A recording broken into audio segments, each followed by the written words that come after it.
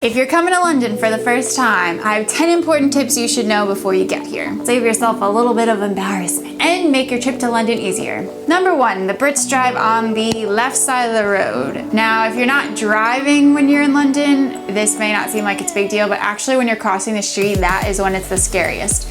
Luckily, the smarties here in London put markings on the ground at every single crossing, telling you literally if you should look left or if you should look right.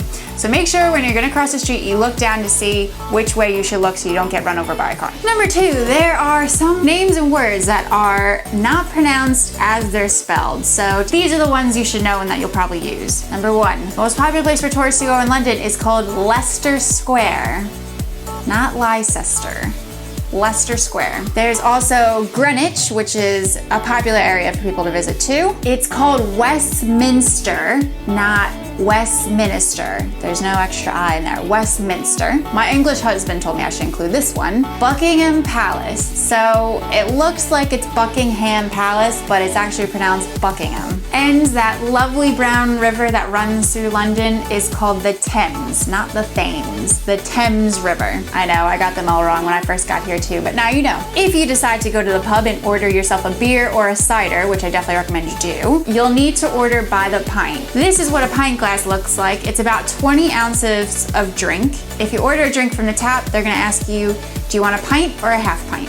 A half pint is obviously half the size of a pint. Remember that a lot of English beers and ciders are stronger than beer in America, so just be careful when you drink. When you go to a restaurant in London, when you get the bill, double check to see if there was a service charge added onto it. Usually this is around like 12.5%. If there was a service charge added, don't worry about tipping on top of that. If there's no service charge, then tip between 10 and 15%. The service charge isn't mandatory, but you would only not pay it if your service was really terrible. Use the City Mapper app to get yourself around London. This app is amazing, is what I think every single local Londoner uses. It's better than Google Maps because it gives you a million different options of which ways you can go. There's even rain safe options, so the options that mean that you'll be out of the rain as much as possible, which is great when you're in London because it rains all the time. So if you're trying to get from point A to point B and you have some Wi-Fi or 3G, use City Mapper. It'll tell you all the routes to get there. It'll even tell you how much it's gonna cost you. And it saves the directions offline, so if your phone doesn't work once you head out, you'll have it saved in your phone. England uses the pound as its currency. 100 pence or 100p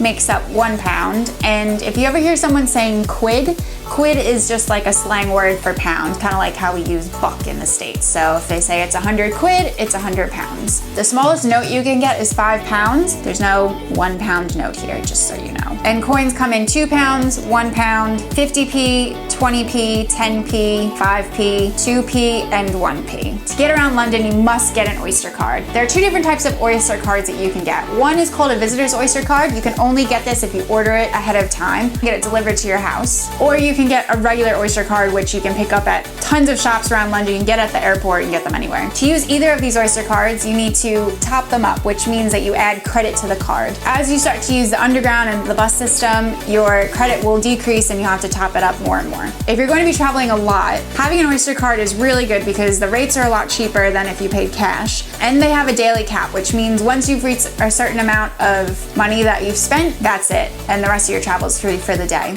On the visitor Oyster card, it's £6.40, and on a regular Oyster card, it kind of varies. It's around £7. So the only thing is that if you're going to be in London for a week and traveling a lot, you might find that it's actually cheaper to get a 7-day travel card, which you can just put right onto your Oyster card. So I'll leave some links down in the description to help you decide which is going to be the best option for you.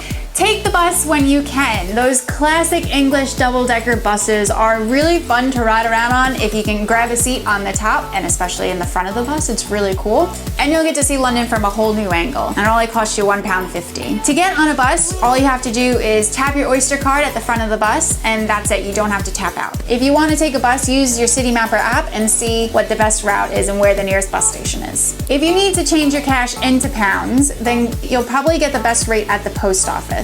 There are plenty around. Just look for this little red sign that's popping up here, or look on Google Maps and you'll be able to find plenty of them. Be careful taking black taxis, and I say this because they can be really expensive and they get really expensive without you noticing. So if you're going a long distance or it's rush hour, I wouldn't take a black taxi. You'll see the meter go up and up and up and you won't be able to do anything about it. If you absolutely can't take public transport, I use Uber all the time. I think Uber's amazing. If you haven't used it before, it's an app where you can call a car right to where you are, and they usually show up really quickly, especially if you're in central London. They're all over the place. It's also really good if you don't have cash on you. Some black cabs don't take cash, but Uber, it just connects right to your credit card. If you want to try out Uber for the first time, I'll put a promo code down in the description so you can try it out for yourself. So those are 10 important things you should know before you come to London for the first time. Do you have a question about something that maybe I didn't cover? Write any questions down in the comments below. I'll be happy to answer them for you. And who knows, I might make another video about it. Make sure that you subscribe to my channel for lots more London tips and tricks coming up soon, as well as other stylish travel tips for places all around the world. So go ahead and click the little subscribe button, which will be, I don't know, around here somewhere, and you won't miss any of my new videos. Have fun in London!